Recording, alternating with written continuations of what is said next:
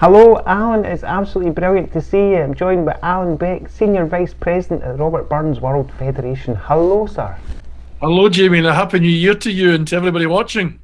Happy New Year, Happy New Year. It's so lovely to see you again, so lovely to see you, and thank you for joining us at the recent Scottish North American Community Conference. That was a smashing experience, and your presentation was just so insightful and inspiring, all about Burns and his legacy in life. Thank you for joining us. No, I thoroughly enjoyed doing that. Actually, I listened to quite a few of the other talks that were on, and no, it was terrific. I was delighted to do it. I'm delighted to come and talk about Robert Burns and the Robert Burns World Federation. I'll do it anywhere. Absolutely. Try and stop me. Thank you, and I can think of no better guest to have on this episode of the podcast as we celebrate Burns, his life and legacy in words and music, and certainly you have a great and long-standing experience in both, and we're coming into what some regard as Burns season, although for many of us Burns season is all the seasons. It shouldn't just be limited to January.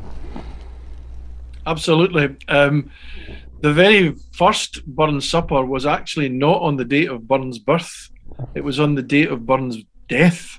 It was 5 years to the day of his death on the 21st of July, 1801. So, I mean, I'll celebrate Burns any time of the year. Obviously, people generally tend to do it around the date of his birthday, but there are so many Burns suppers going on around the world that it really depends on the area that you're in. I've been at Burns suppers as late as April. Okay. And certainly most people want to have their Burns suppers at a weekend. So because there are so many Burns suppers going on in Scotland, and people obviously want speakers that are experienced, a lot of people actually make their Burns suppers a bit later because they think there's a better chance of getting the speakers that they want because they're already booked up a couple of years in advance for the 25th of January. So, yeah, any time of year for Burns. That makes total sense, and why the need to do it in January just because everybody else is. And certainly, I can imagine, you receive a lot of invitations to Burns suppers every year, so having a wee bit of time between them logistically to get to different parts of the world makes sense. That's right. In fact, Jimmy, because of COVID this year, a number of Burns suppers have been not cancelled like last year, but postponed. So, in fact, one of the Burns suppers that I was due to do in January, I've already been given a date for it for April. And I know of another couple of Burns suppers that are going to take place in May this year. Just simply because the organisers felt, no, let's not do it in January because of the current situation, but let's not cancel it. Let's just move it on a couple of months. And the reason not to cancel it is because apart from celebrating Robert Burns, what Burns suppers do is celebrate friendship. Burns suppers celebrate people getting together and having a right good night together. And actually, that's what Burns himself was all about.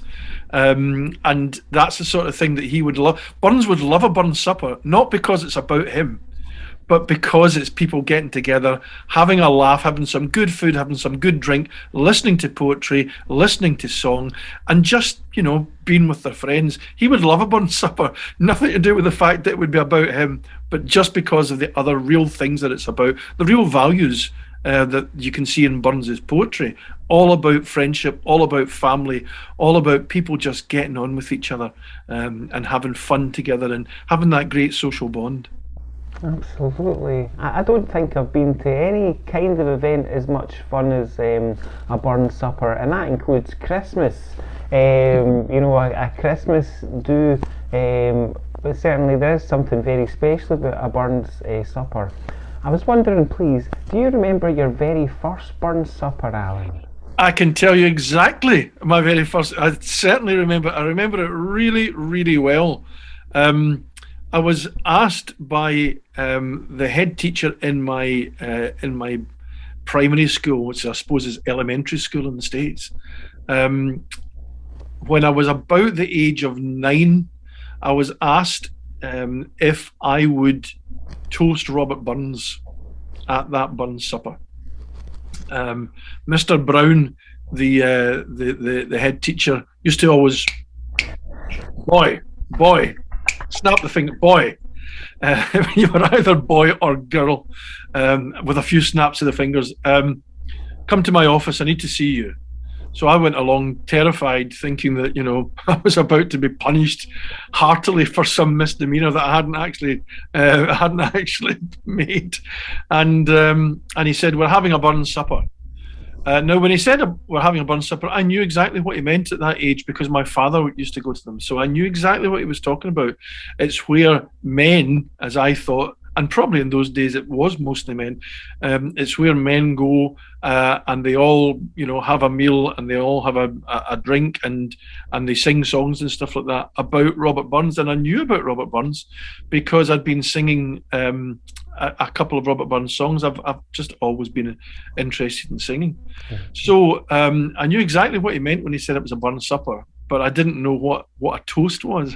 I thought toast was, something, a bit of bread that had been under the grill.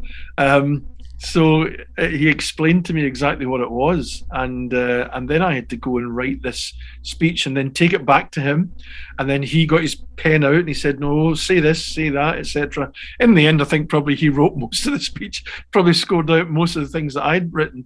But I stood up and read this 4-minute speech about Robert Burns, and then lifted my glass of iron brew or whatever it was that we were all probably drinking in the school assembly hall, and toasted the immortal memory of Robert Burns. I remember it really, really well in my school uniform.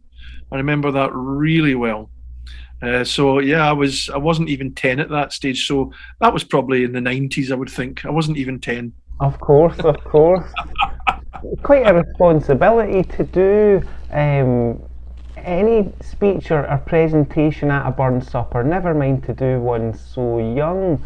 But is that something that you've always thrived on, enjoying, and indeed do you feel that experience fed into your career as a singer, as a performer? Absolutely. I've been singing at Burns suppers. I mean, I did that toast at that particular time, and then I never did a toast at a Burns supper again for another 20 years. But I've been singing at Burns suppers basically ever since then. So I don't know how many Burns suppers that I've actually performed at, either singing or speaking, giving one of the toasts, but it'll be well into the hundreds. Because it's been going on for 45 years, so it's well into the hundreds, several hundred, I should think. I think my peak, was about 22, 23 Burns suppers one year,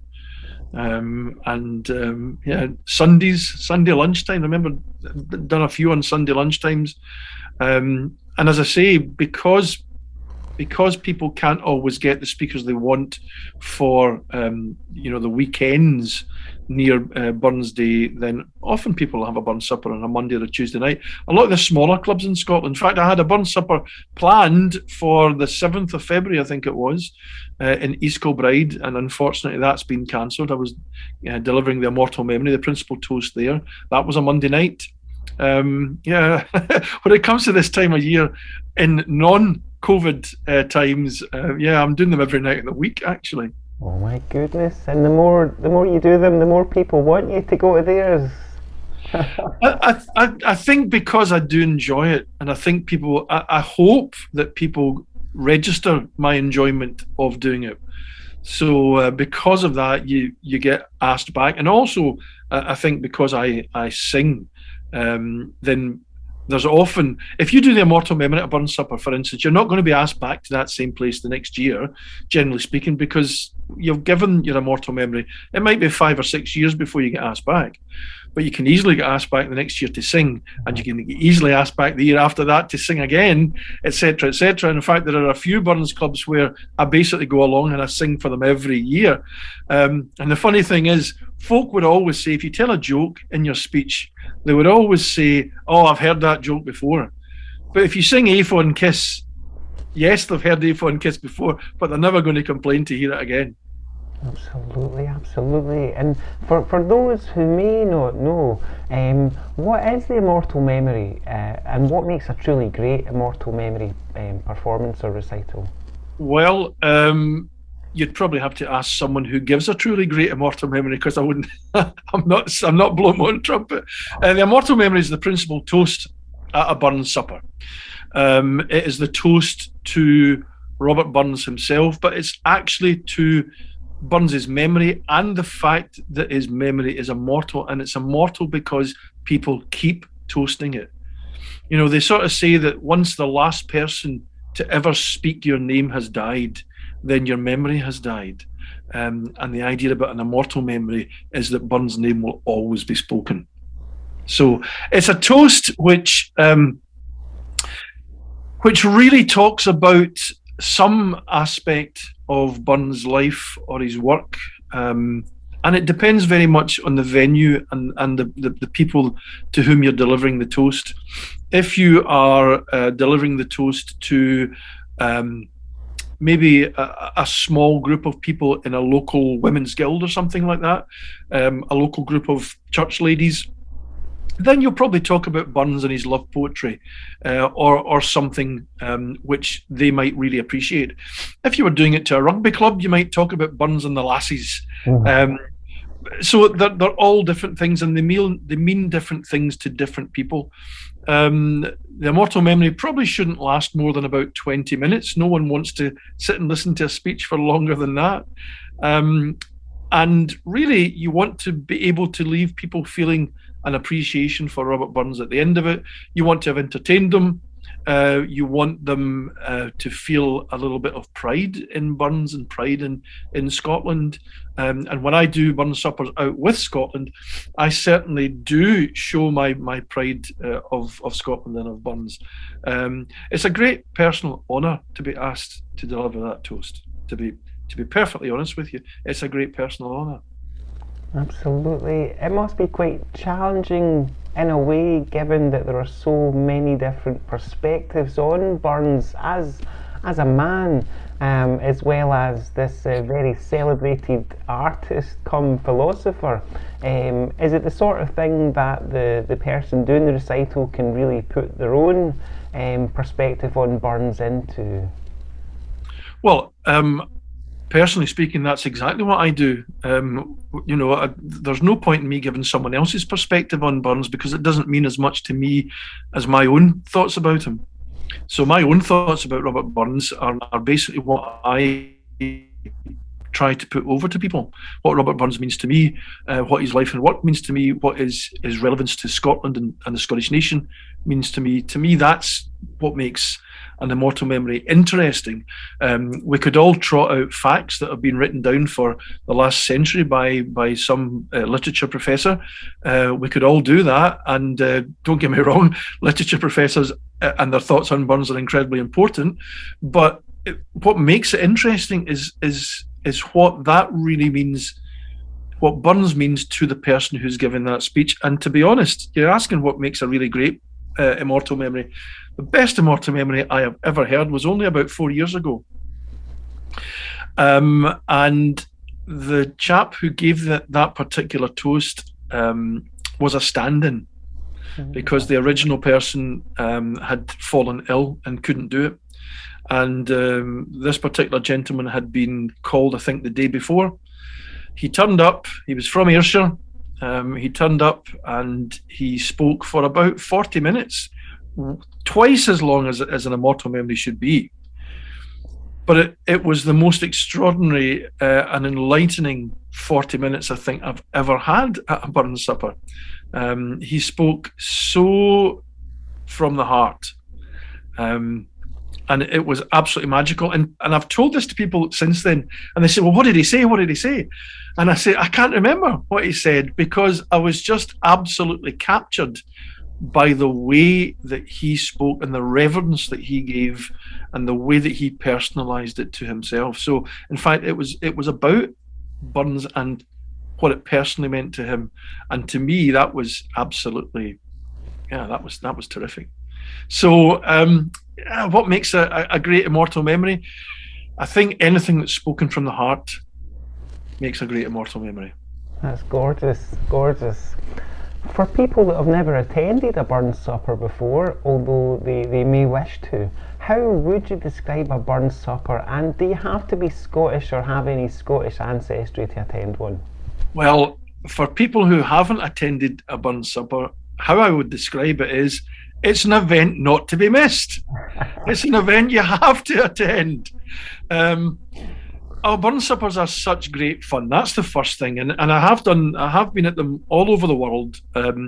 When you go to a Burns supper abroad, if people haven't been to one before, at the start of it, they don't quite know what to make of it. By the end of it, they are Scottish. There's no question. By the end of it, they're Scots. It's as simple as that. It's so infectious, a Burns supper. For a start, Burns, of course, wrote a lot of his stuff in Scots, so the language can be difficult. Can be difficult for Scots, actually, not just for people out with Scotland, but it's the way that the enthusiasm for the subject infects everybody who's there. That's what it is. Some people will still leave a Burns supper at the end of it. I mean, I was at a Burns supper where I spoke and sang in Maastricht in Holland about 3 years ago. Now, some of the people there, the Dutch speak great English, don't get me wrong, but some of the people there were not great English speakers. They had an absolute whale of a time because the kind of infectious nature of the performers and the performances really carries across. So what can you expect? Well, you can expect the haggis to be piped in. And if you don't know what haggis is, it's absolutely delicious. It is lung and heart and liver of a sheep, minced up with onions, oats and spices and boiled in the stomach of a sheep. Yum. Doesn't that sound absolutely delicious? That is actually what it is. If you didn't know, that's what haggis is, and it is an absolute treat. It's so delicious. So you can expect the haggis to be piped in. You can then expect the haggis to be addressed. Fair fa your honest sonsy face, great chieftain of the pudding race, aboon them all ye tak your place, pain stripe or firm. Weel are ye worthy o' a grace, as lang's my erm. That's, I think, a 13-verse poem that Robert Burns wrote to the haggis, addressing the haggis. You can then expect a really good, hearty meal of traditional Scots fare, cock-a-leekie soup, which is sort of a chicken soup. Then the haggis, neeps and tatties. Neeps and tatties are turnips and potatoes mashed together. And depending on how posh you are, you then might go on to a bigger main course of steak or beef or chicken or whatever, and then you'll get as a dessert probably cheese and bannocks, which are oat cakes, and tea and coffee, and of course it's all liberally washed down with ushkaba, the water of life, good Scotch whisky. The Queen will be toasted. Health to the reigning monarch, and at the end of that we'll have the principal speaker, and the principal speaker will deliver the immortal memory to Robert Burns, and that will be toasted at the end of it. Then we'll have another toast, a toast to the lassies, which is a gentle kind of poking of fun at the fairer sex by the gents, but the lassies have an opportunity to get back at them with the reply to the toast to the lassies, wherein perhaps the attack made by the women to the man who has just delivered his toast is perhaps a little bit more vicious than the toast to the lassies. Interspersed amongst all of these things are readings of Robert Burns and songs of Robert Burns, and a little bit of piping. And then at the end of the evening, when it's approaching 12 o'clock, we all get together, we join hands, and we sing the world's most famous song by Robert Burns, Auld Lang Syne. And then we all jump in the taxis and we get home. And when we should go to our beds, we don't, because we've got a pal that's jumped in our taxi with us. And then we open the malt whiskey and we drink till about 5 o'clock in the morning, just saying how wonderful that was. So that's a burn supper for you in a nutshell. Oh, Alan, I think there will be many people out there, including myself, who are very keen to attend the burn supper that you're attending and presenting and performing at now. Sounds brilliant. Sounds brilliant. It's been a while since I've attended one, and certainly I'm looking forward to the next one. I'm going to go down to a burn supper in Oklahoma next weekend, which I'm really looking forward to. It has been a wee while. And it'll be great, it'll be brilliant, and I'm sure there will be a few people there who are first timers to a burn supper, but I'm sure it will not be their last either.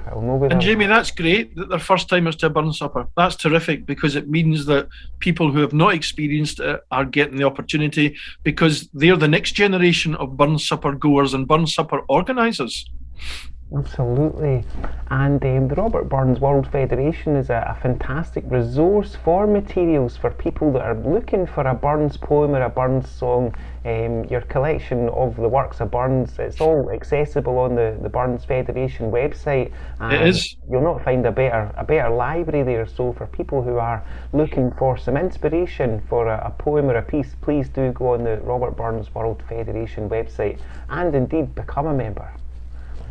To conclude, please, Alan, I was wondering if I could graciously ask if you would perform as a song, please. Well, yes, I suppose so. It's not the first time it's been sprung upon me. I think I mentioned earlier, actually, A Fond Kiss. A Fond Kiss was described by Sir Walter Scott as the essence of 1,000 love songs. And typical of a Scottish love song, it's not a song about the joys of love. It's a song about the pain of a lost love and unrequited love. This is perhaps my favourite Burns song. It's a very special song. A fond kiss, and then we sever.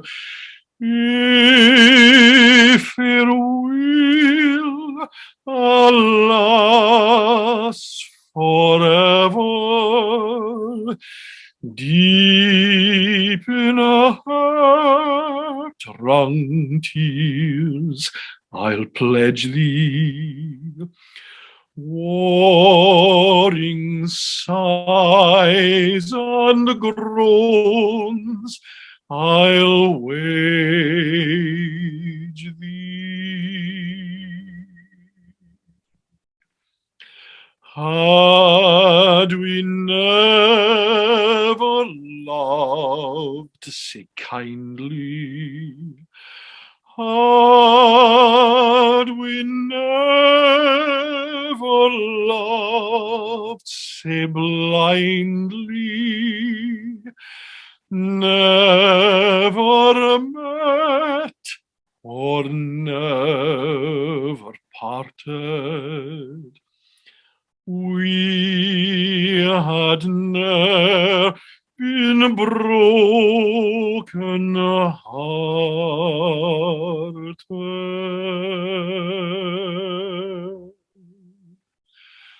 Fare thee well, thou first and fairest. Fare thee well, thou best and dearest. Thine be ilka joy and treasure, peace, enjoyment, love and pleasure.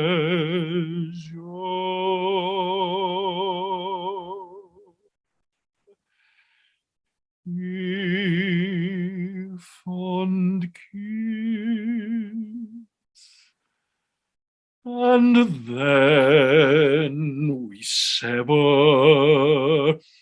If it will, alas, forever,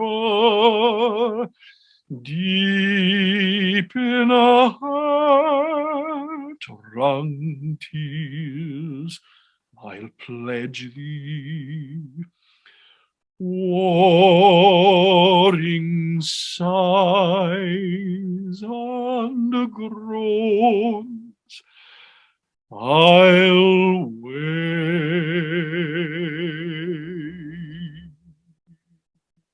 thee.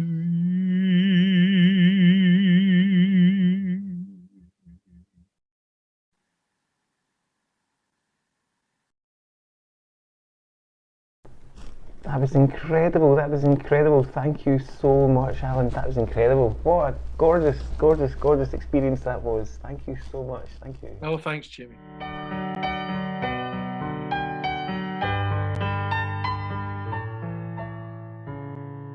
A fond kiss and then we sever.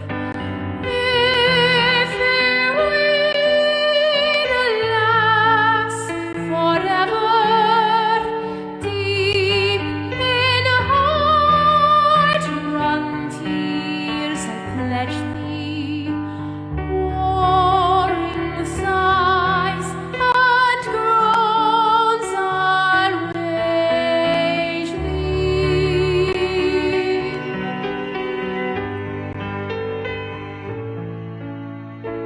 Had we never loved so kindly, had we never loved so blindly, never met or never parted, we had ne'er been broken hearted.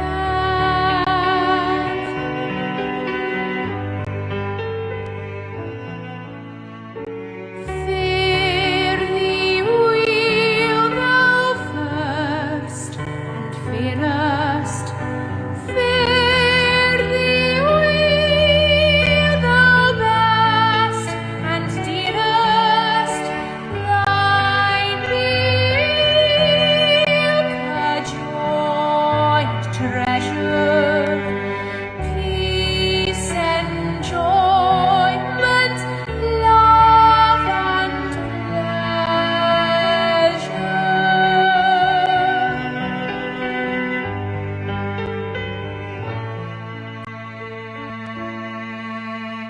A fond kiss and then we sever. If it will, alas, forever, deep in heart wrung tears I pledge thee. Warring sighs and groans I'll wage thee.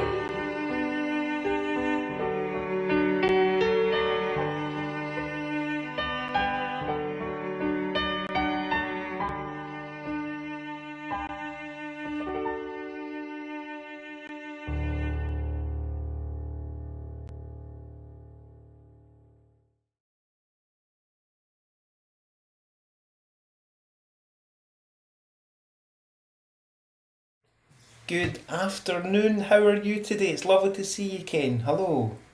Hello there, Jamie. Nice to see you.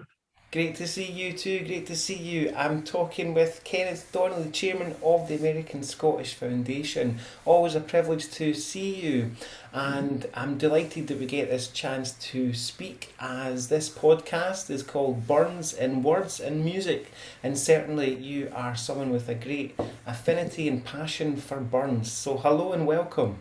Thank you. and I'm keen to speak to you because you have a long-standing relationship with Burns through your work with the Burns Society of the City of New York and the American Scottish Foundation. And the very first time I met you was at the American Scottish Foundation's Burns Supper in New York. So I feel like I have Burns to thank for so many things. But how did your relationship with Burns begin, Ken?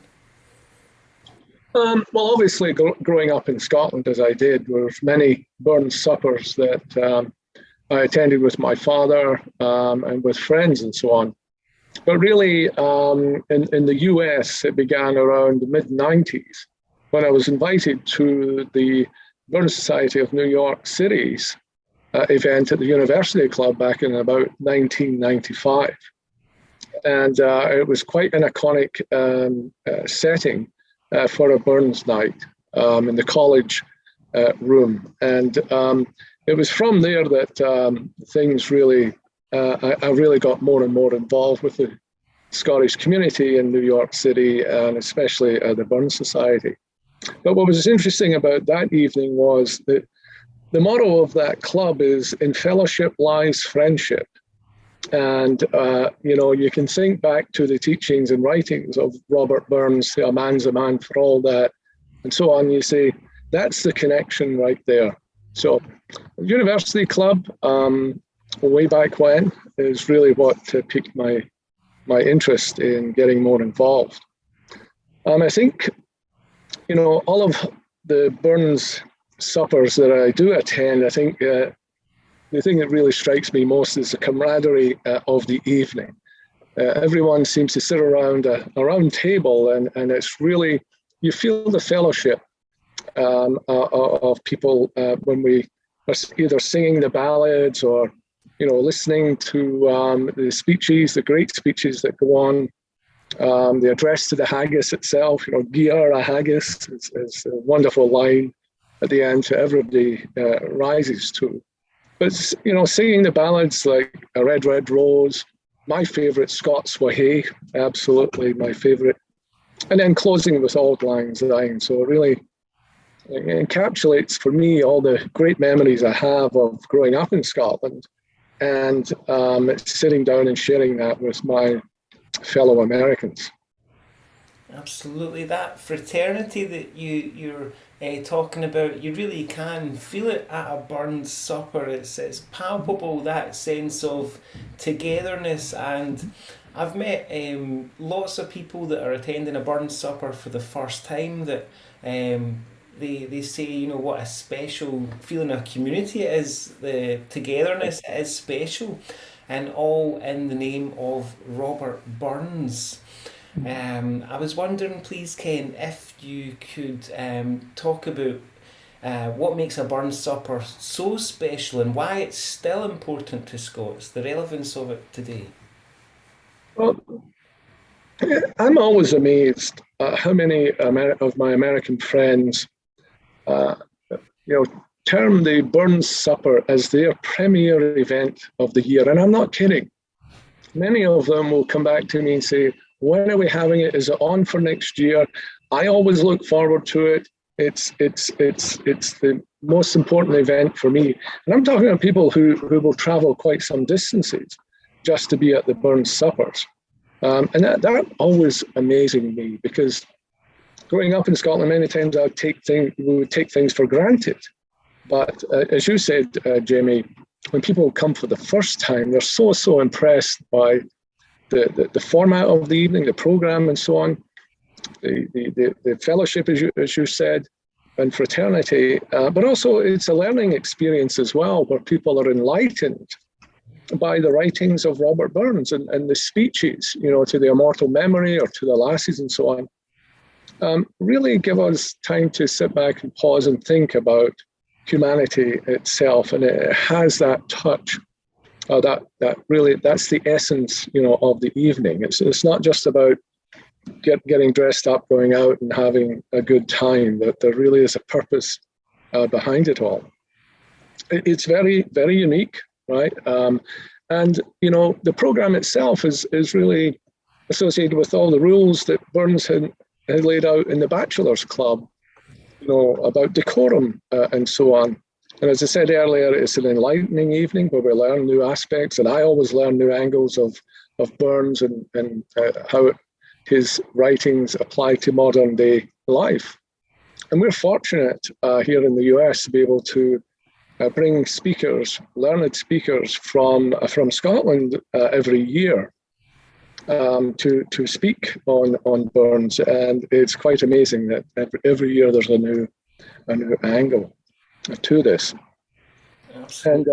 And not to talk, we'll talk a little bit later about the ASF Burns Night, but the University Club members itself, which is the location we have the event, I mean, hundreds of people who want to come to that event every year. It's quite remarkable when you think about it. There's many other things that these people of Wales could be doing with their evening, and they really look on this as being very, very unique and very important to them.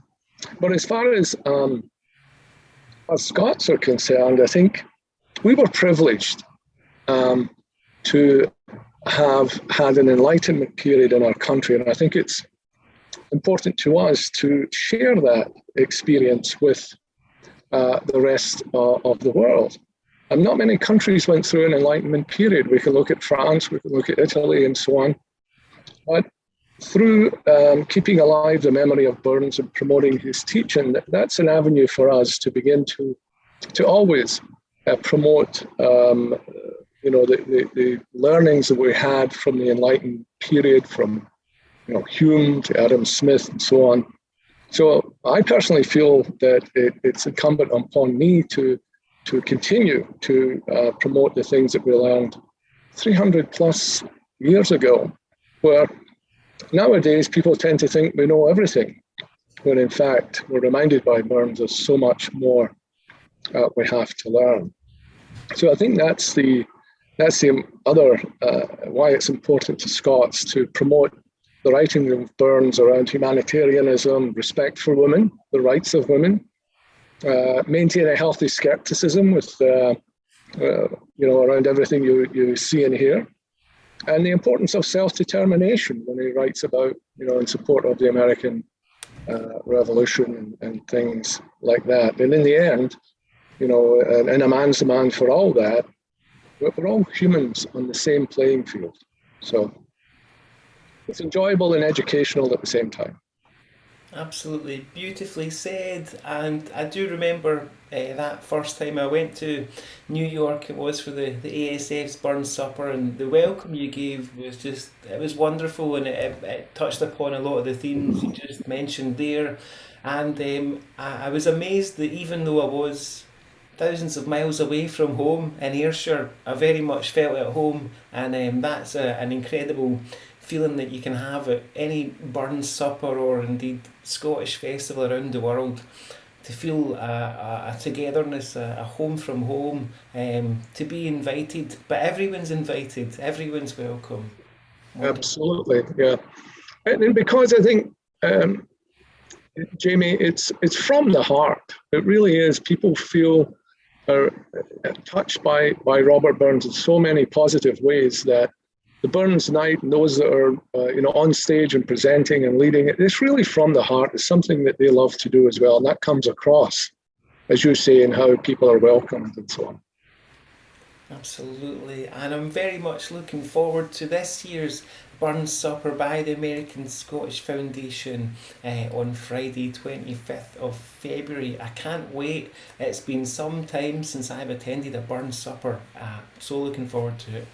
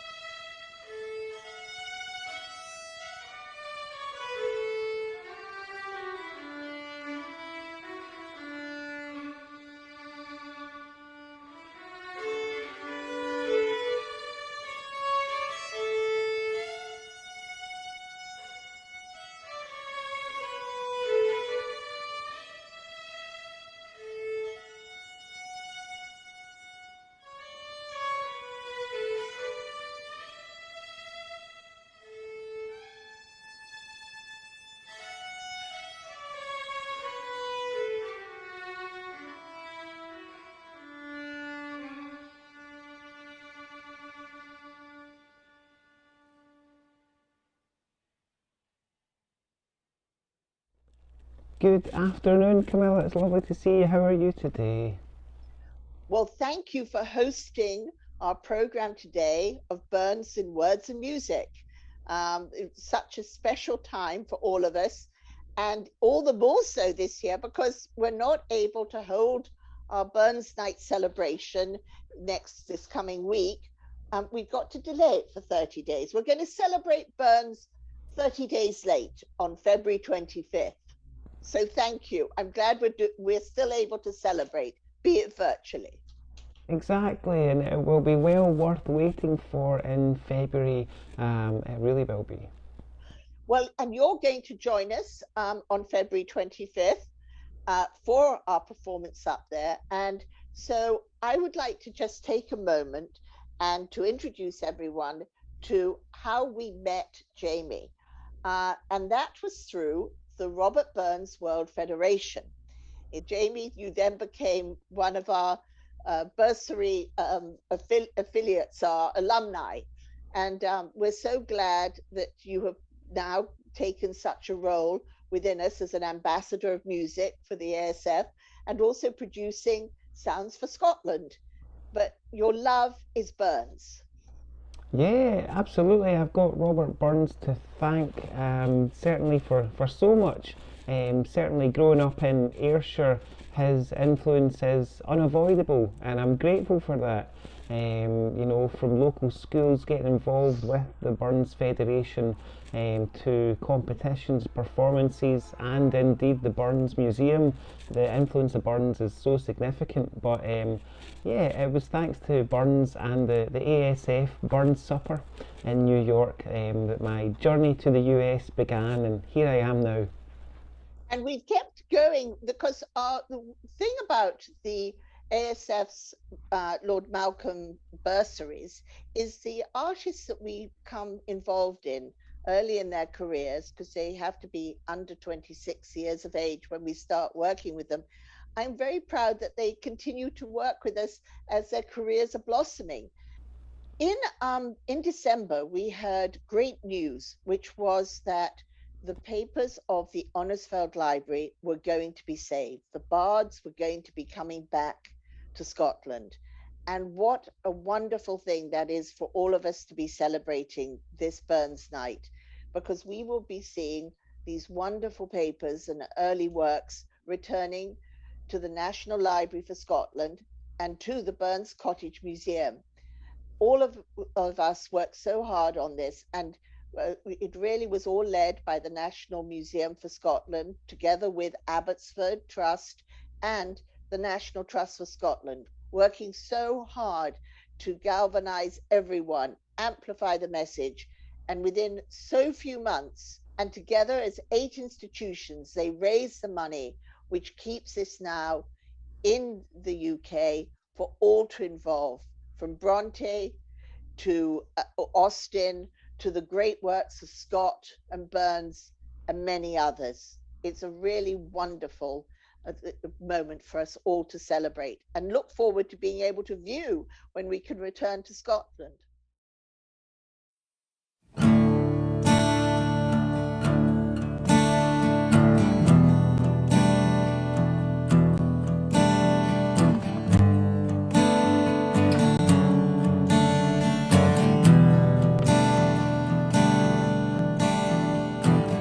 Green grow the rashes, oh, green grow the rashes, oh. Sweetest sous I ever spent among the lassies, oh. There's naught but care on every hand and every that passes, oh. What signifies the life of man and 24 the lassies, oh. Green grow the rashes, oh. Green grow the rashes, oh. The sweetest sous I ever spent among the lassies, oh. The warly race me riches chase, and riches still may fly them all. though alas they catch them fast, their hearts can ne'er endure them all. Green grow the rashes, oh, green grow the rashes, oh. The sweetest suits I ever spent among the lassies, oh.